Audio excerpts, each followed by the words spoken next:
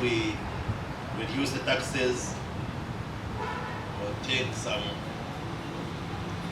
other measures, but like the president urged, these are cosmetic measures which do not address the real issue. Countries like Sri Lanka took drastic measures, cut taxes and put other measures. But instead, the situation got worse and went into scarcity of items, and you have heard of the crisis that has happened there. So here we are equally concerned as government, but we are taking measured steps. But again, also watching the global dynamics, and we do hope that eventually the situation will stabilize. So let the public not think that government is not conscious of what's going on, because we who are in the government also buy from the same markets. We take fuel from the same fuel stations, and therefore the pain that the population is suffering is the same pain all of us are suffering. But everything possible will be made to see that we contain the situation, particularly by ensuring that the items are available. At least Bank of Uganda and the Ministry of Finance, those in charge of the monetary and the fiscal policy, have ensured that items, commodities are available. Yes, the prices may be quite challenging, but they are available, and everything is being done to make sure that we don't go into a crisis of high prices and scarcity. Well, that debate has been on providing subsidies and cutting taxes. Our view and observation is that even in countries where they have tried to put subsidies and cut taxes, the pump price has not substantially come down. You are trying to exaggerate the issue of Kenya. You're already saying here it's almost 7,000, in Kenya it is 5,000 something, and you are saying the difference is 3,000. No, simple arithmetic can't give you 3,000. So, the advice from our economists and the financial experts is that that one will just be an artificial and a cosmetic intervention, which will not necessarily bring down the cost of fuel. We actually even have a law that mandates government to announce a threshold beyond which fuel prices should not go.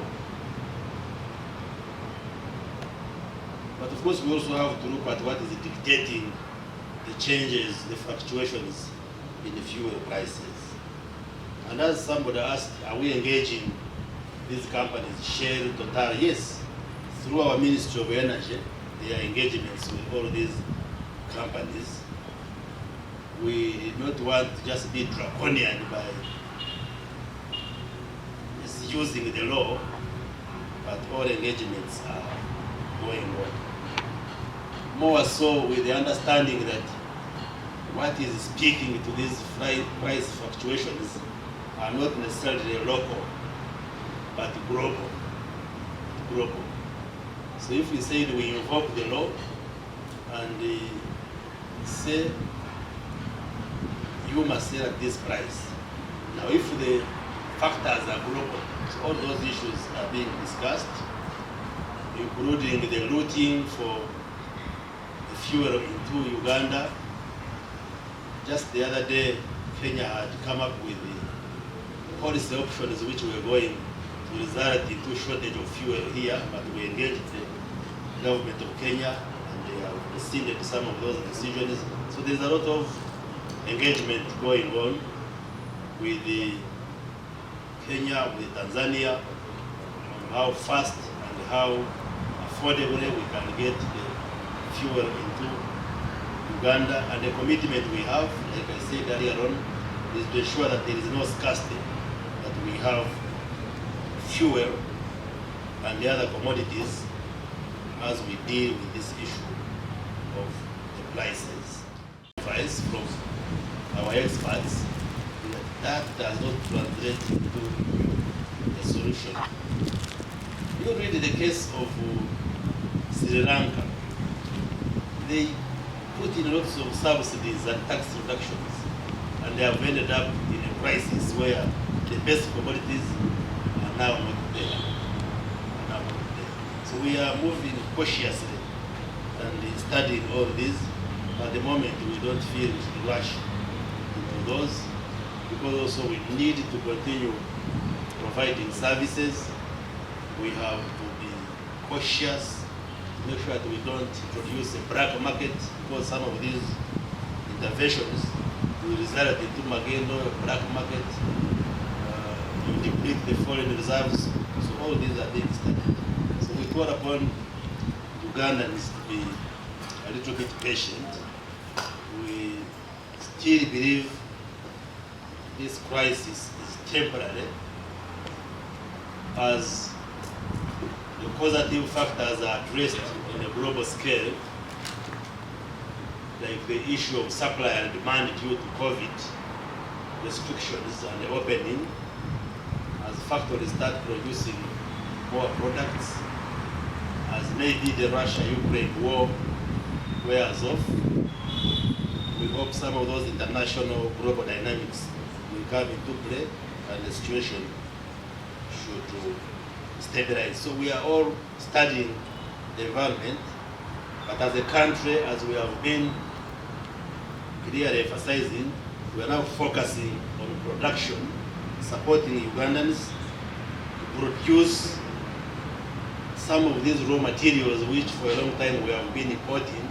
If they can be produced locally here, then in the medium term we should be able to solve some of these issues. Like the issue of soap, to go away from fossil fuels, petrol, diesel, for running the vehicle engines, electric cars and motorbikes and so forth. And you recall he made mention of a conference which was held in Scotland, where there was that view that we should gradually shift electric vehicles. And because of that, now the oil companies, there was now a shake-up in the dynamics of the oil industry, and that partly explains why fuel has now gone up. But medium long term, it's not immediate that tomorrow we shall have electric cars everywhere. And going by the literature, I think they say by 2035, maybe we should have done that conversion, but it will take time. And he also made reference to Kira Motors, which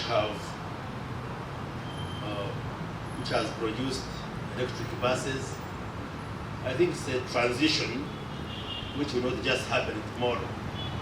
Indeed, it is true, like we said, the electric bikes and so we don't have facilities and infrastructure, cover them and so forth. So with that realization that there will be now that global shift, I think now we need to invest more now in that area so that we put these facilities. But we're not going to announce the phasing out of diesel and petrol vehicles tomorrow. I think it will be a process, it will be a transition.